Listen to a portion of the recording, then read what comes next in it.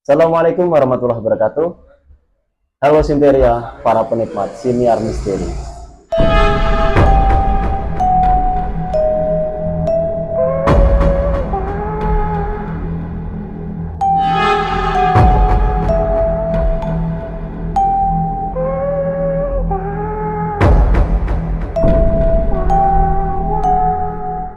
Disclaimer buat kalian semua, hasil dari video ini, sekian persen, akan kita sumbangkan kepada narasumber, terhitung sejak video ini mendapatkan AdSense dan video ataupun channel ini tidak di take down karena alasan apapun.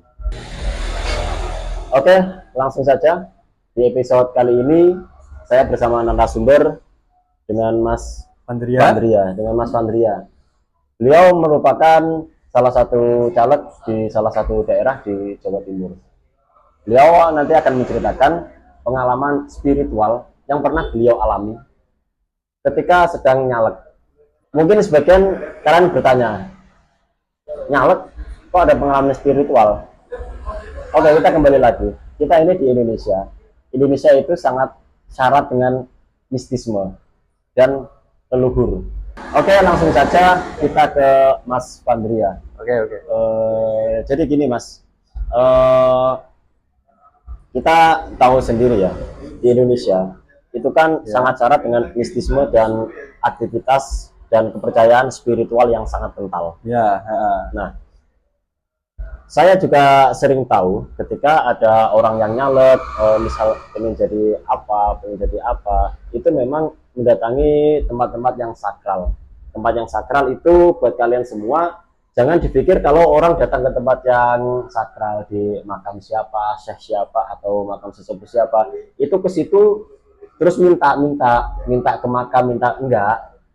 Ini cuma sekedar adat istiadat, Silaturahmi ke leluhur. Oke, langsung saja Mas Fandria, pengalaman spiritual apa yang Anda alami ketika Anda sedang nyalek? Ataupun mungkin di luar nyalek Anda juga pernah mengalami kejadian spiritual. Monggo. Sebelumnya Assalamualaikum warahmatullahi wabarakatuh. Waalaikumsalam warahmatullahi wabarakatuh. Salam sejahtera bagi kita semuanya. Shalom, Om Swastiastu, Namo Buddhaya, salam kebajikan, rahayu.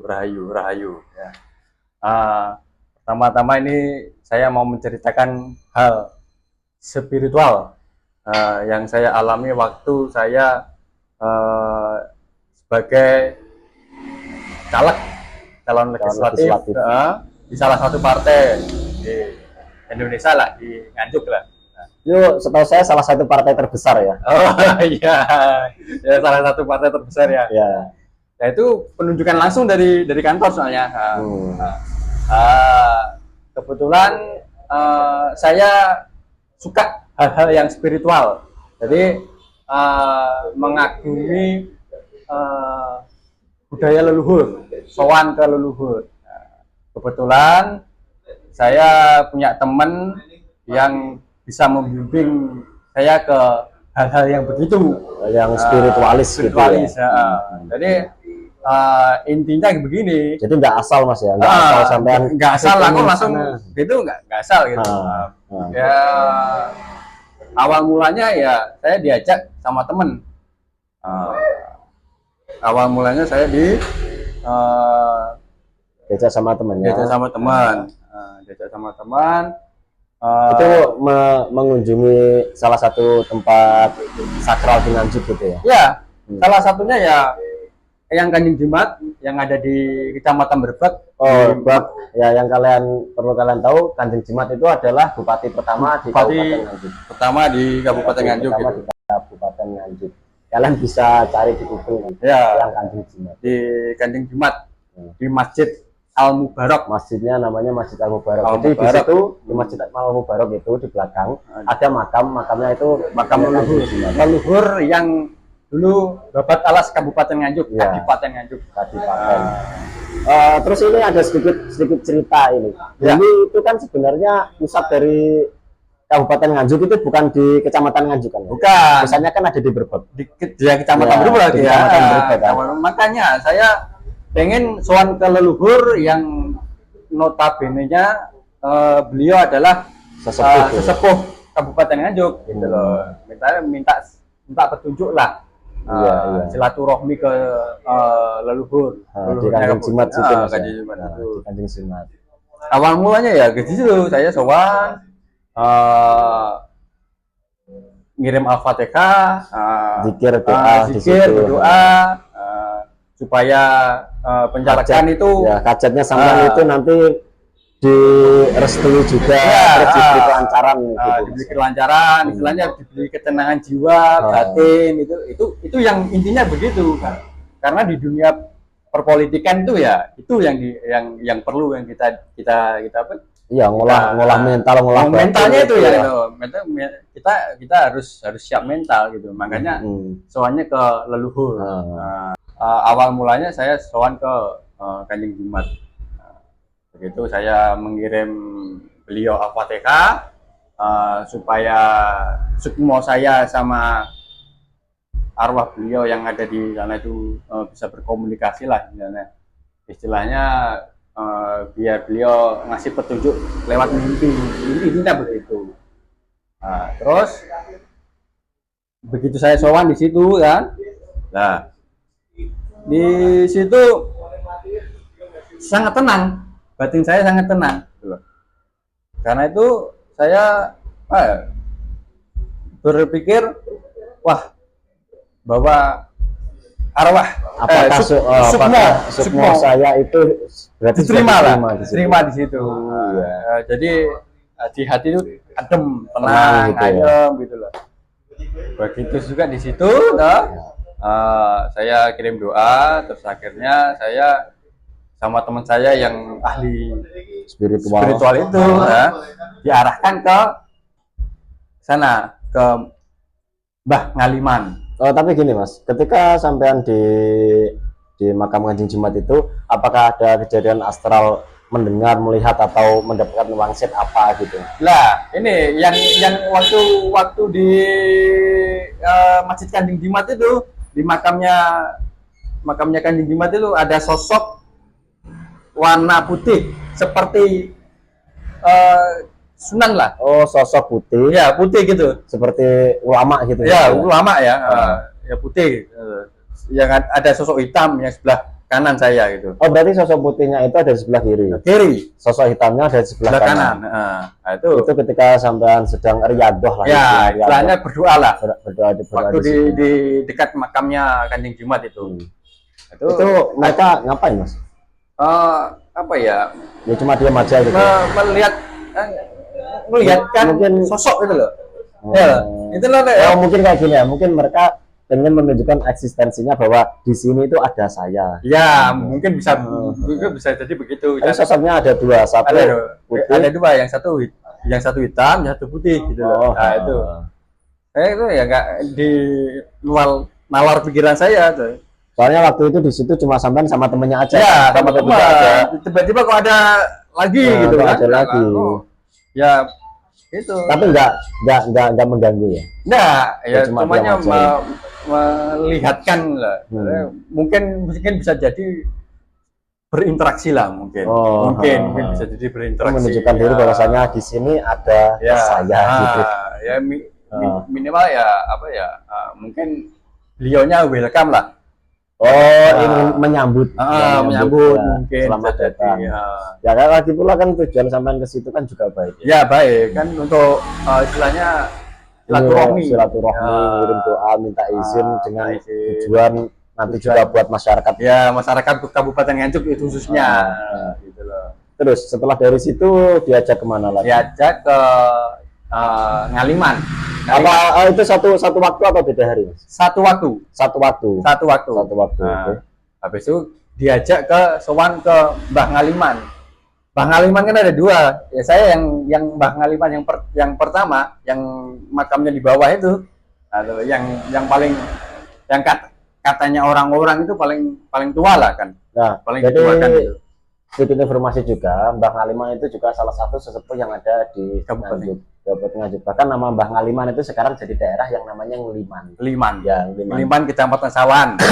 Dekatnya Sedudo. Dan petilasan Mbah Ngaliman itu juga ada di beberapa tempat juga setahu saya. Iya, ada dua. Ya maksudnya nggak cuma satu lokasi. Saya juga pernah tahu itu Hah? di daerah agak barat sana Mas. Tapi itu petilasan bukan makam. Oh. Nah, jadi itu Bang Haliman itu juga salah satu sesepuh yang ada di Kabupaten Nganjuk. Kabupaten Nganjuk. Tapi sampean ke Bang Haliman yang pertama ya. Yang pertama. Yang paling tua. Yang paling tua. Nah, gimana? Yang di bawah, makamnya yang di bawah itu. Nah, itu kan ada yang di atas, itu yang di bawah itu. Waktu itu yang niatnya sama. Intinya ya sowan silaturahmi ke leluhurnya Kabupaten Nganjuk. Bagaimana kalau saya terus jadi bagaimana ke masyarakat kan ya harus silaturahmi lah ke adab lah kita kan sebagai wong asli Nganjuk, orang asli Nganjuk itu harus mengutamakan adab ya. Itu utama itu adab. Sekarang itu harus adab, dan akhirnya menjadi etika. Kita harus punya etika, bersilaturahmi kepada leluhur yang sudah tiada, minimal yang mengirim al-fatihah lah untuk beliaunya yang sudah almarhum. Oke. Nah itu terus waktu di makamnya Mbah Haliman ada kejadian apa Mas? Atau pengalamannya seperti apa gitu? Ya kalau di Mbah Haliman ya cuman istilahnya di batin itu tenang loh. Berarti mencari ketenangan batin, mencari ketenangan jiwa, jiwa. Yang pastinya ketika peperangan politik itu sangat menguras pikiran dan tenaga kita. Pasti itu. Dan politik itu keras memang. Politik memang keras. Sana dapat ketenangan. Jadi kita bisa berpikir jernih lah kalau di sana. Gitu loh. Itu. Terus dari makamnya Mbah Haliman itu dapat apa atau terus diajak kemana lagi gitu? Kalau sama teman saya yang ahli spiritual itu diajak ke Sedepok. Tapi hari berikutnya. Hari berikutnya gitu loh. Sedepok itu di mana Mas itu? Di atasnya Miliman. Oh berarti itu naik. Ya, naik. Oh naik itu bisa akses pakai motor atau mobil? Oh enggak bisa, kita jalan kaki gitu loh. Jalan kaki. Lewat hutan berarti. Lewat hutan, ya terabas hutan gitu. Oh di situ ada makam juga berarti. Bukan makam, istilahnya apa ya? Kayak apa tuh? Petilasan. Petilasan kayak apa ya? Tempat-tempat leluhur lah. Ya, kalau mungkin zaman dulu di situ ada batu lebar. Di situ batu lebarnya tuh bisa untuk meditasi. Konon katanya zaman dulu di situ dibuat meditasi orang. Ya, untuk meditasi, jadi menenangkan, jadi menselaraskan jiwa kita ke alam semesta, gitu loh. Alam semestanya Tuhan, anugerah Tuhan. Gitu. Jadi tujuan di sana itu adalah satu, menenangkan batin, gitu. Yang dua, kita bersilaturahmi kepada leluhur, gitu loh. Kita kan sebagai orang Jawa khususnya, atau orang Indonesia harus bisa mengerti adab, adab dan etika kepada leluhur kita, gitu loh. Oh, berarti habis dari makam Mbah Haliman itu besoknya sampai diajak ke petilasan itu tadi ya, Sedepok itu ya. Sedepok itu tadi. Ya. Dari Sedepok itu ada pengalaman apa? Nah, ini hal yang aneh dan tapi nyata, gitu loh. Teman-teman saya yang ngikutin ke Sedepok itu pada capek. Ya. Kalau saya pribadi, ya, raga pribadiku itu nggak merasakan capek. Ya, merasakan enjoy gitu loh. Seneng aja. Seneng gitu loh. Artinya seneng. Padahal itu jalannya jauh Mas. Padahal jalannya jauh. Seharusnya secara logika kita kan pasti capek, lelah. Artinya itu saya menikmati banget gitu loh. Mungkin gini ya, mungkin karena sampai punya niat dan tujuan yang baik, akhirnya sama sesuatu yang ada di sana itu seperti diterima. Mungkin gitu. dimudahkan. Oh jadi seperti itu.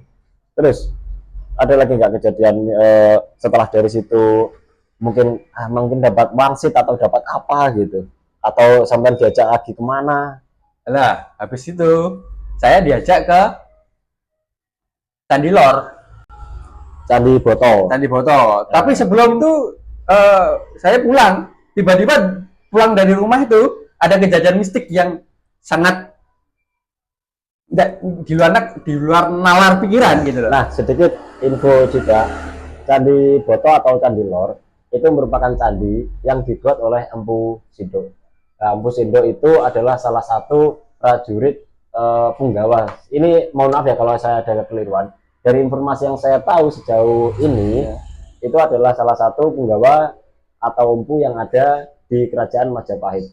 Jadi waktu dulu zaman kerajaan, zaman Majapahit, itu Empu Sindo itu membuat candi yang dihadiahkan untuk kerajaan Majapahit. Nah, itu lokasinya Candi Boto itu ada di Nganjuk. Nganjuk di Kecamatan Loceret, Di Kecamatan Loceret. Desa Candi. Itu kalau kalian datang ke situ, nanti mesti kelihatan, soalnya di pinggir jalan raya.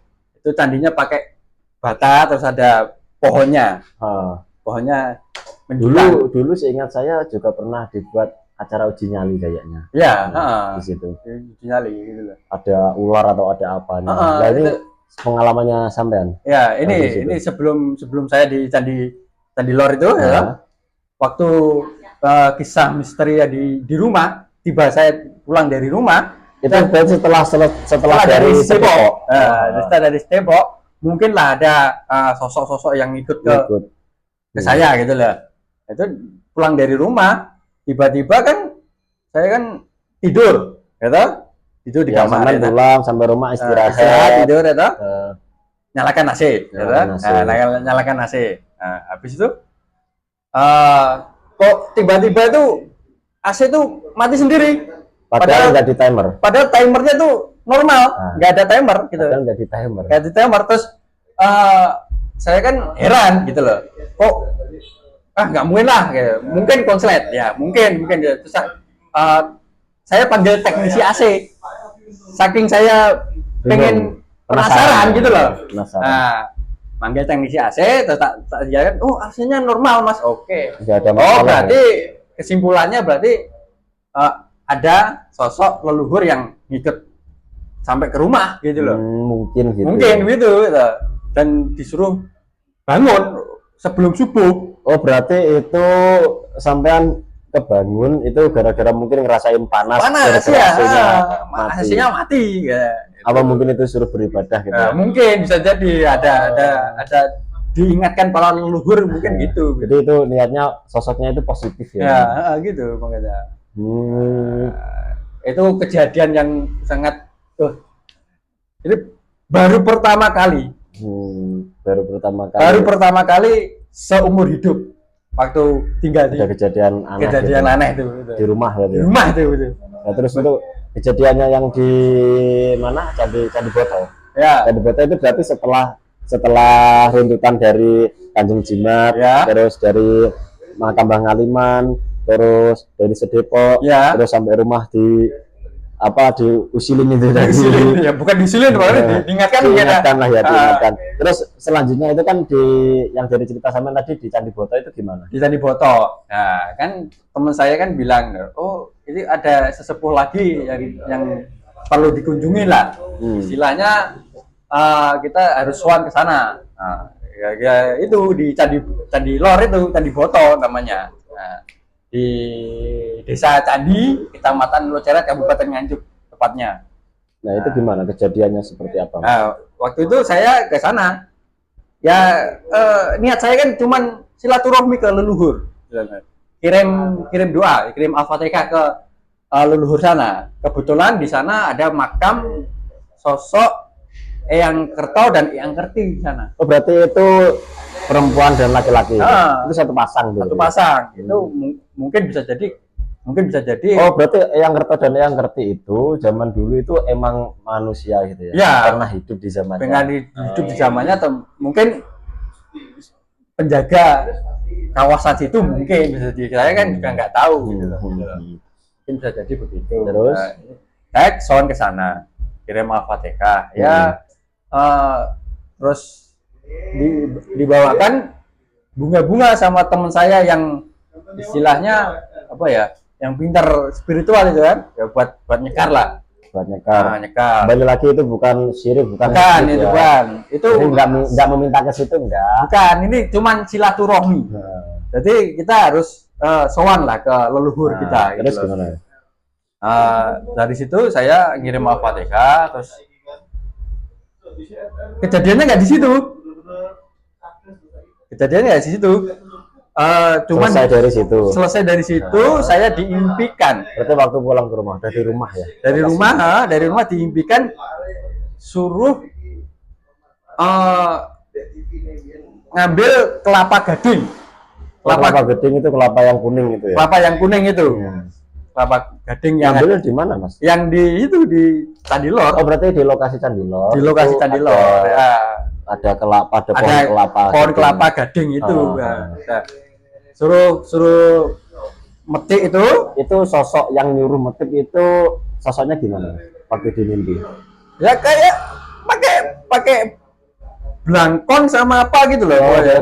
Pakaian Jawa gitu. Ya, pakaian Jawa gitu loh. Berarti sosoknya begitu pokoknya. Yang di mimpi, di alam mimpi gitu. Sampai akhirnya besoknya ke sana. Ke sana ngambil kelapa itu yang untuk yang dipesankan lewat mimpi itu gitu. Wangsit lah ya. Wangsit lah dari situ suruh ngambil 3 ya. Yang satu untuk diminum gitu, yang 2 untuk ditaruh rumah. Itu. Terus akhirnya itu ya akhirnya dari berawal dari kisah spiritualku, kisah mistikku, saya akhirnya suka yang namanya wangi-wangian dupa itu loh. Paham nggak? Mungkin gini.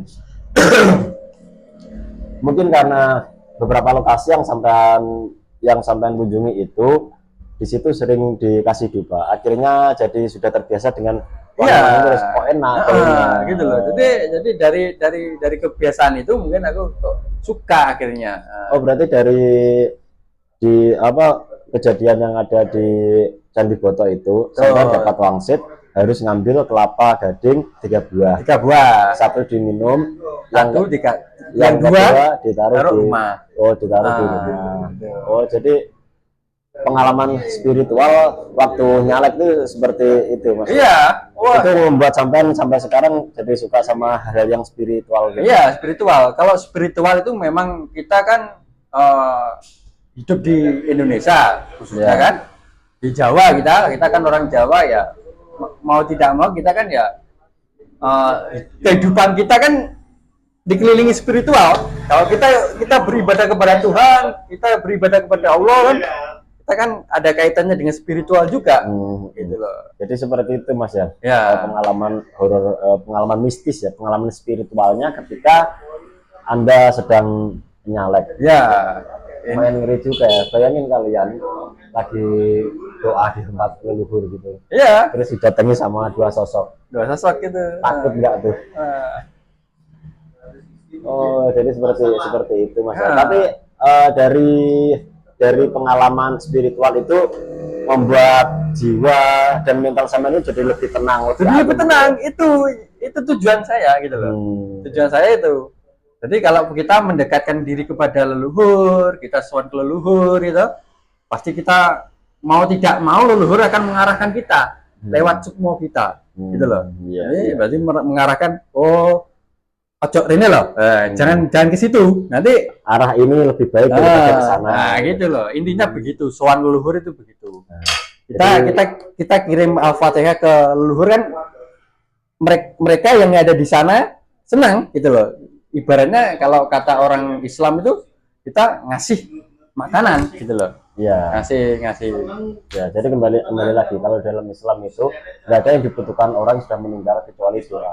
Ya. Ibaratnya orang yang sudah meninggal itu adalah orang yang masuk kejebur ke dalam sungai atau ke dalam laut. Nah, bagaimana cara kita untuk membantu beliau yang sudah meninggal itu ya lewat doa itu. Jadi kalau dia mengatakan doa untuk orang yang sudah meninggal itu apakah sampai atau tidak, bagi mayoritas warga Indonesia percaya kalau itu tetap sampai. Maksud saya mayoritas umat Islam yang ada di Indonesia mengatakan itu sampai.